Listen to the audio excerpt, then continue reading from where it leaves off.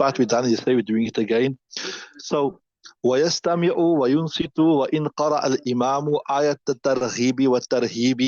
So, as a muqtadi, as a follower, whether you are a male, whether you are a female, doesn't matter. You will yastami'u, you will listen, وَيُنْصِتُ, and you will remain silent. وَإِنْ قَرَأَ الْإِمَامُ, irrespective of whether the imam recites ayat al-targhibi, a verse of encouragement, wa ayat al-tarhibi, or a verse of admonishment, you will remain silent.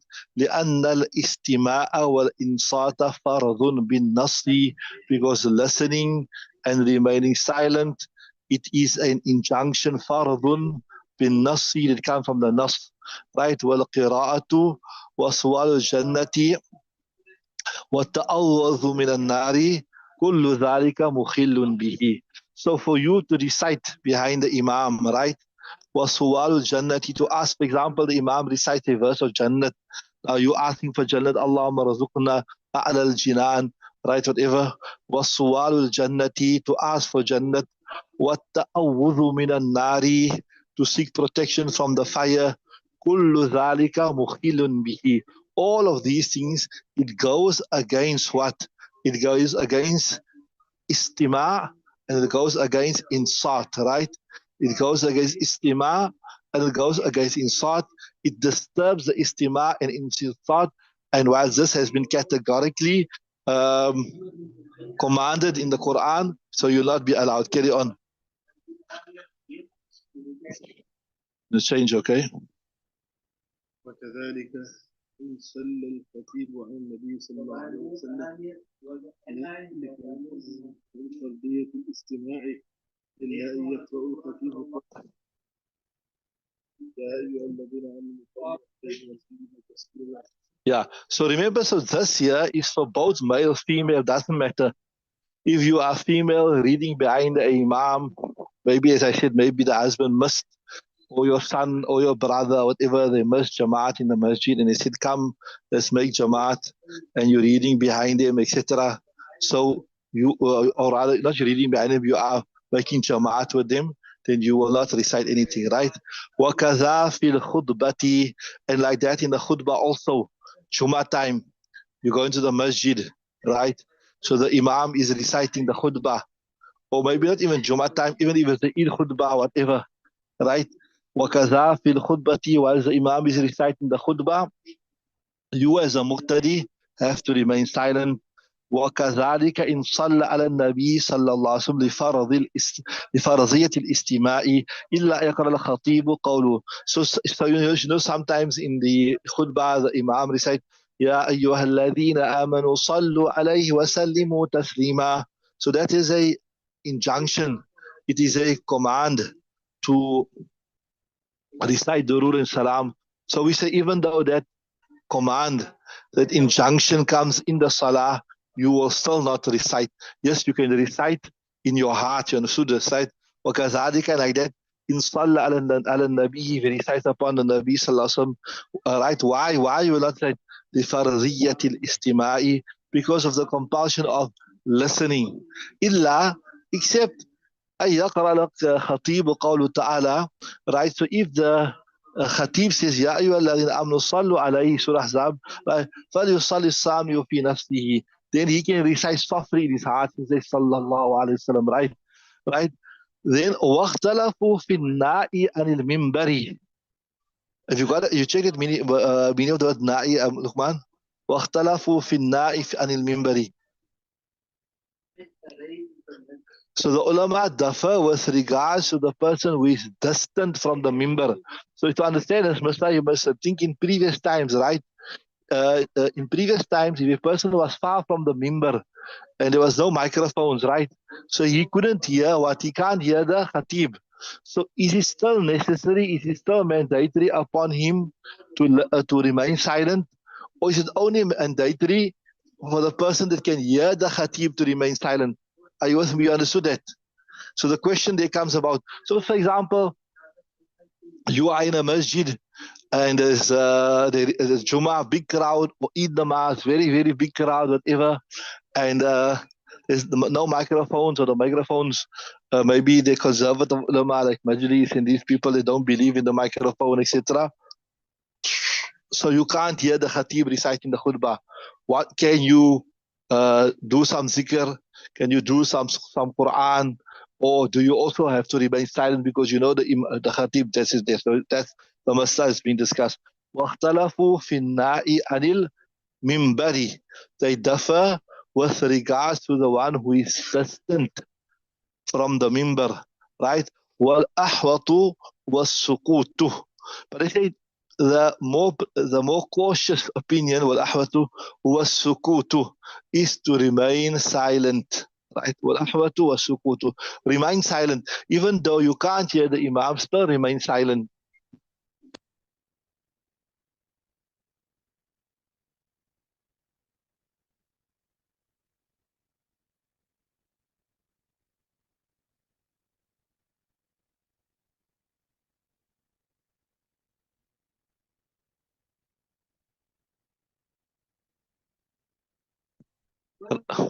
Right.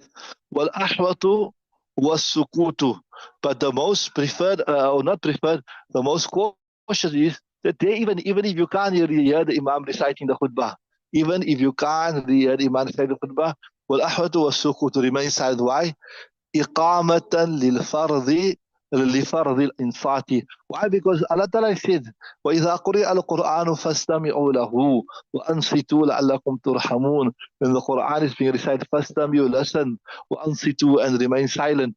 Right? So even though you can't hear, but still you are practicing upon the farzir. Wallah a'lam, and Allah Ta'ala knows best. So Alhamdulillah, with the grace of Allah subhanahu wa ta'ala, we've come to the end of the chapter of Qiraat. We discussed who must make Qiraat, who mustn't make Qiraat. We discussed how much Qiraat is farz. We discussed how much Qiraat is wajib. We discussed whether you must read in the first two rakats, or whether you must recite in the second two rakats. We discussed if you made a mistake and you recite in the second two rakats, you never recite in the first two rakats. We discussed if it was a loud salah and you recite softly, it was soft salah and you recite loudly. We discussed all of that. We discussed that you must remain silent when you are the muqtadi. So we've covered, and all of these masail also, as I said, doesn't only apply to the men, it will apply to a woman. If a woman is also a muqtadi, then all of these masail will apply. And if a woman is reading her own salah, then she'll be treated like a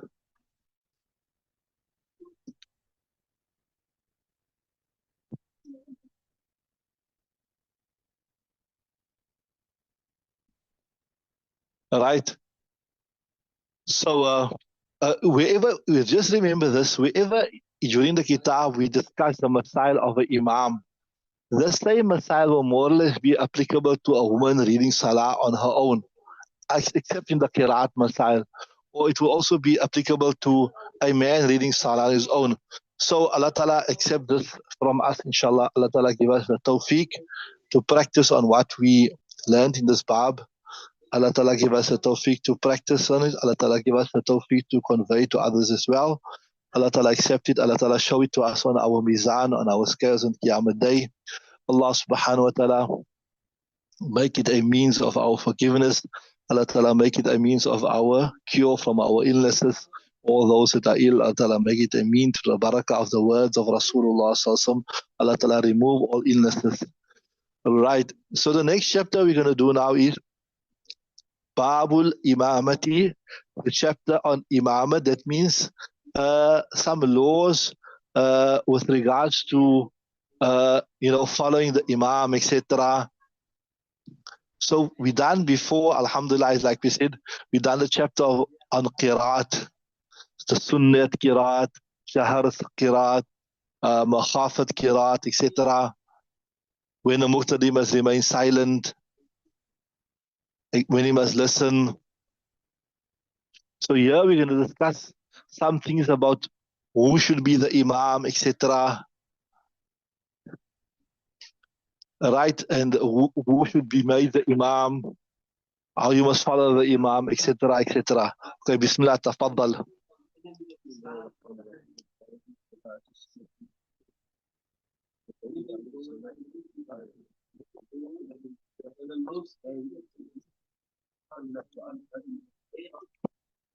Okay, before we start, I just want to share something with you. When we speak about sunnate mu'akkada in fiqh, in Hanafi fiqh, sunnate mu'akkada, there's three things you know about it. It's something that relates to ibadat. That Nabi Sallallahu Alaihi Wasallam done it as an ibadat. He never do it as a habit. That's the first thing.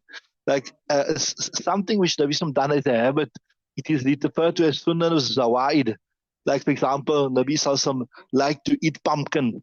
When he would eat the curry, he would look for the pumpkin there, right? So that is sunnah zawaid, right?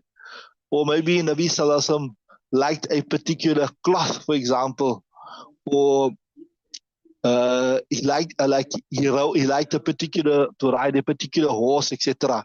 So these things that are not done as an ibadat, it is called sunnatun zaidatun, or the plural is as-sunanu zawaidu. What is called? As-sunanu zawaidu. Right.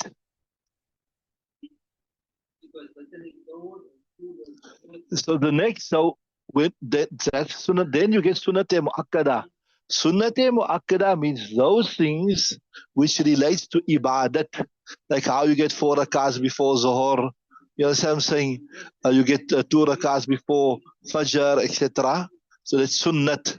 It's called sunnanul huda. It's called sunnanul huda, right? So the one is sunnanul zawaid, the personal preference of Nabi Sallallahu, not necessarily done as an ibadat. You get Sunanul Huda. Sunanul Huda refer to that sunnat which is done as an ibadat. And then it is further categorized as sunnate muakkada. And so 2 things now you learn. A sunnat which is done as a ibadat per se. And muakkada means an emphasized one. So when we say it's an emphasized sunnat, what do we mean? We mean that Nabi Sallallahu really left it out. He done it more than what he left it out. He done it more than Sunnat ghair muakkada is that sunnat which Nabi Sallallahu Alaihi Wasallam sometimes would leave it out, maybe without even an excuse, you leave it out. But sunnat muakkada is it would be more often practiced upon than left out, right? So 2 things now you understood there from sunnat muakkada. It relates to an ibadat, and it was more done than left out. So they say al-jama'atu sunnatun muakkadatun liqawlihi alayhi salam. Right, for the men folk, obviously, to read your farz salat in jamaat is sunnate muakkada. Right.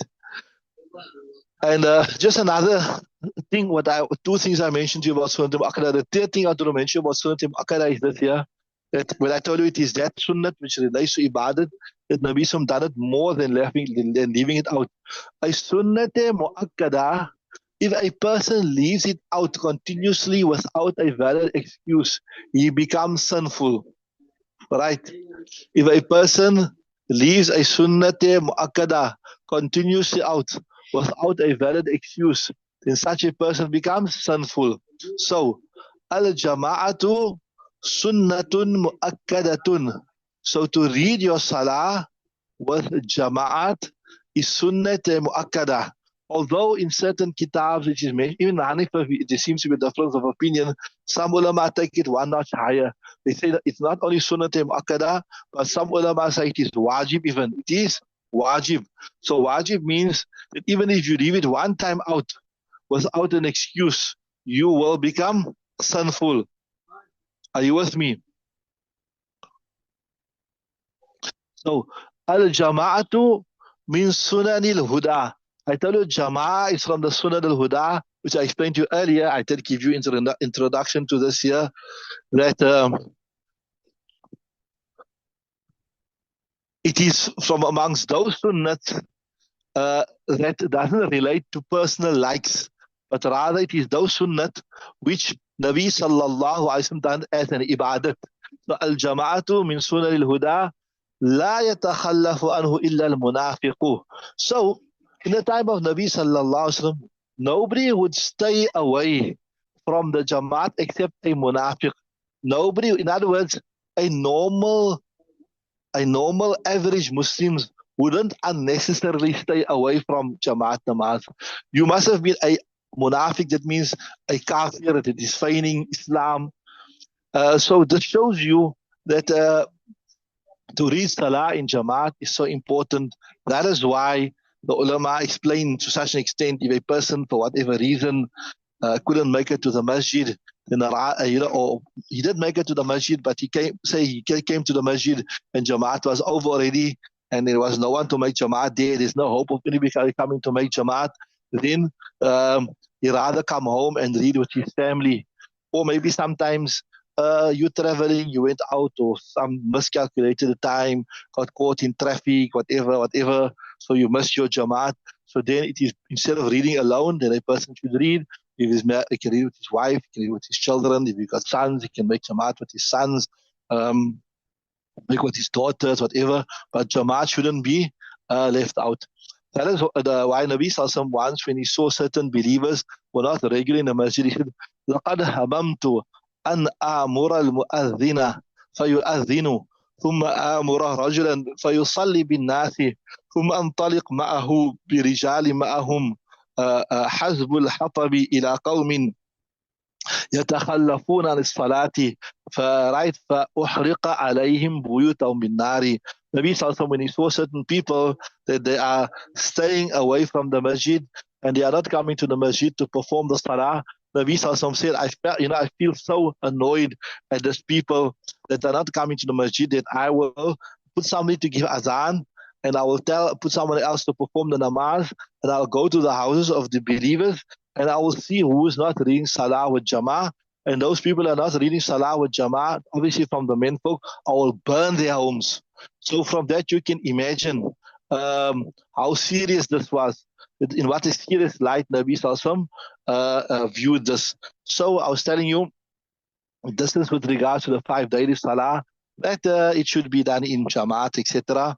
And if you never make it to the masjid or you came late, and rather than reading it alone, then so this here speaks about Jamaat in general. It doesn't mean here we speak about Jamaat in the masjid. Obviously, Jamaat is one virtue, and if you're close to the masjid and the masjid is accessible, then that's also necessary. Because Nabi Sallallahu Alaihi Wasallam mentioned the hadith, La salata li jari al-masjidi illa fil masjidi. There's no salat for the neighbor of the masjid. And normally when we say the neighbor of the masjid, we mean that person that can hear the adhan from his home, right?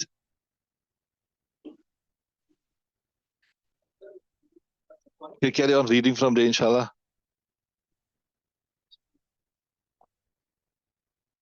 Right. But you say now, when you want to appoint the imam, who is the one we're going to put? Some people want to put a woman also. وَأَوْلَى النَّاسِ بِالْإِمَامِ أَعْلَمُهُمْ بِالسُّنَّةِ. They say the person that is most worthy of imamat, أَعْلَمُهُمْ بِالسُّنَّةِ, is a person who is most knowledgeable of the sunnah of Rasulullah Sallallahu Alaihi Wasallam. In other words, the person who is most knowledgeable with regards to how Rasulullah Sallallahu Alaihi Wasallam performs salah. That is why Nabi Sallallahu Alaihi Wasallam used to say, لِيَلِنِي مِنْكُمْ أُولُو الْأَحْلَامِ. I think it goes the hadith like this: "Liyalini minkum ulun nuha wal ahlam." That the big intelligent people, they should stand behind me in salah. So that Tayan, can you go to what you want here? Which ustad do you have now? Yeah, so go to your class, please.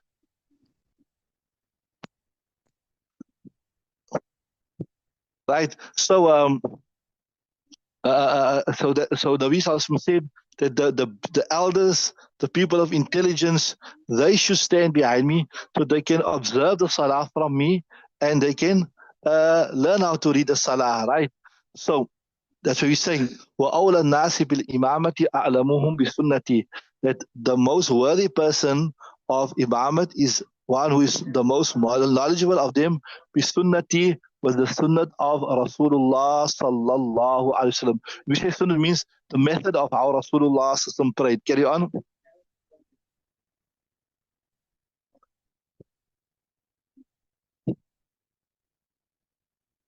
Okay, so see, we said there, the one who is most knowledgeable was the sunnah. But وَأَنَا أَبِي يُوسُفَ, as Imam Yusuf said, أَقْرَأُهُمْ, the one who can read the best. And what is his reasoning? His reason is this: لأن القراءة لا بد منها. See, in every salah you have to read, you have to make qiraat, isn't it? But knowledge, the salah is pretty simple. You only need deep knowledge when there's a problem, like, you forgot to stand up, you forgot to make sajda, you forgot to recite something, you read 2 rakats instead of 3 rakats, you read 3 rakats instead of 4 rakats. So what he's saying in simple words, the extra knowledge that you need, that is an exception. It's not the norm. Other than that, if there's no happenings in salah, if there's no happenings in salah, then the salah is pretty simple. Then you don't need extra knowledge. But if you look at the qiraat, that is necessary. Every salah you have to make qiraat, whether it is serious salah, whether it is serious qiraat, or whether it is jahri qiraat, whatever qiraat it is, you have to make qiraat. So he's saying qiraat is more important because it's more prevalent in the salah. So he say, لأن القراءة قراءة لا بد لها منها, it is necessary in the salah, right? والحاجة إلى العلم, right? The need for the extra knowledge, right? إذا نابت نائبة, is when like something comes up, right? Then you need extra knowledge. But other than that, most of the time, the basic knowledge suffices, right? ونحن نقول القراءة مفتقر إليها لركن واحد والعلم لسائر الأركان. So we saying that to be more knowledgeable with the sunnah is more important. Why? Because we say, look here, if you look at qiraat is only in one rukn of the salat, and that is when you're in qiyam. But knowledge, you need it in every rukn. You need that in qiyam, you need it in ruku, you need it in sujood, you need it in tashahud, etc. etc. We say, وَنَحْنُ نَقُولُ, we say, الْقِرَاءَةُ مُفْتَقَرٌ. There you got مُفْتَقَرٌ. We say qiraat, it is needed to eat لِرُكْنٍ وَاحِدٍ, only in one qiraat, or in one rukn. وَالْعِلْمُ لِسَائِرِ الْأَرْكَانِ. But if you look at knowledge, it is necessary in every single rukn of salat. You need it, right? Carry on.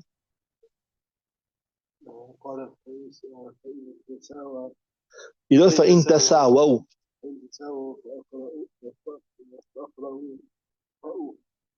Right. So now, if they are all equal in knowledge, more or less they equal in knowledge.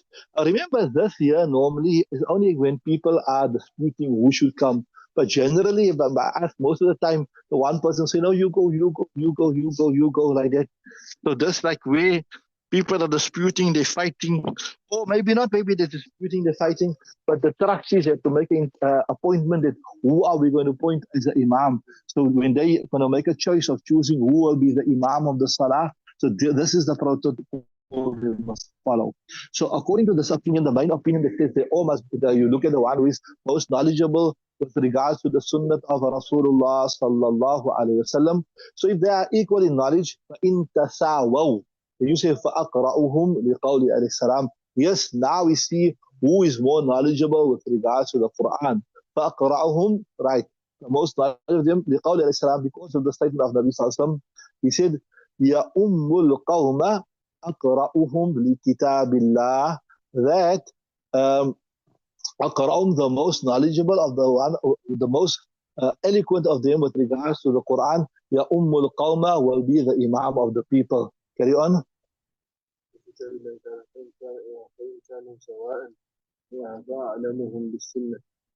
Right. So the hadith goes like this here. فَإِنْ كَانُوا سَوَاءً فَأَعْلَمُ بِسُنَّتِي. And if they are all equal, then فَأَعْلَمُ بِسُنَّتِي. Look at the one who is most knowledgeable sunnah, then وَأَقْرَأُهُمْ. So we say, look here, in the time of, see, in today's day and age, we've separated the learning of the Quran from the Sunnah. It is two separate issues.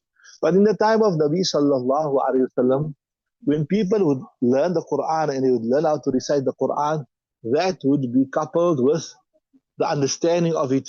So when you speak about in the context of Sahaba Ikram, and you speak in the context of the pious predecessors about the person who is most knowledgeable of the Quran, it means he's also most knowledgeable with the Sunnah of Rasulullah sallallahu alaihi wasallam. So he's saying, but in kanu, so Nabi sallallahu alaihi wasallam said, ya ummul qawma, right? أقرأهم لكتاب الله.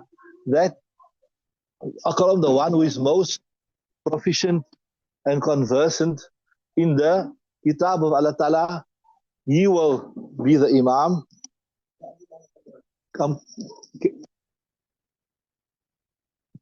Then فَأَعْلَمُهُمْ, then after that, فَأَعْلَمُهُمْ بِالسُنَّةِ, the one who is most knowledgeable with regards to the Sunnah.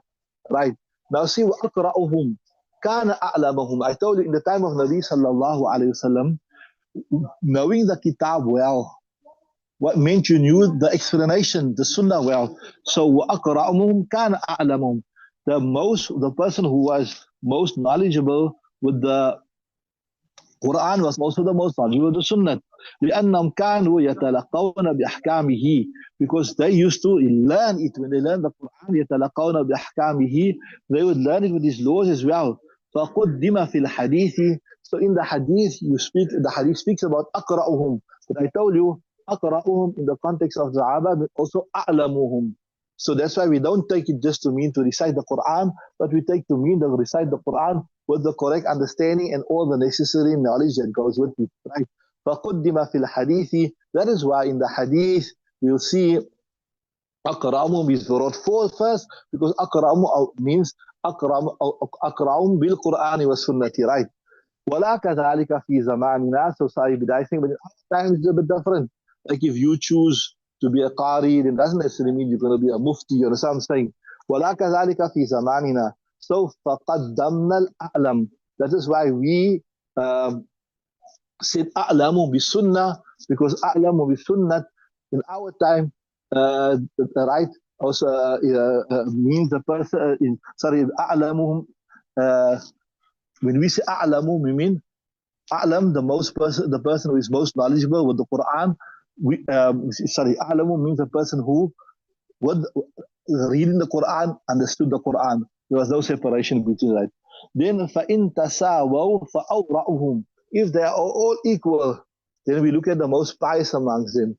لِقَوْلِهِ عَلَيْهِ السَّلَامُ, because of the statement of Nabi Sallallahu مَنْ صَلَّى خَلْفَ عَالِمٍ تَقِيٍّ. Whoever is salah behind a pious scholar, فَكَأَنَّمَا صَلَّى خَلْفَ نَبِيٍّ.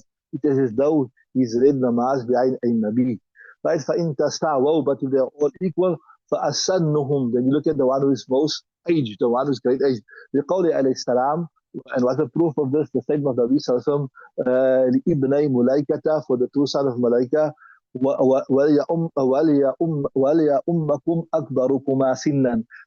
Let the one who is bigger of the two of you in age, that he be your Imam. وَلِأَنَّ فِي تَقْدِيمِهِ, and also because in putting an older person, تَكْثِيرَ الْجَمَاعَةِ, there's an increase in Jamaat. Why? Because people see there's an elderly person, a respectful person, etc., etc. Let us follow him. Okay, we stop there, inshallah. May Allah accept it. May Allah give us the ability to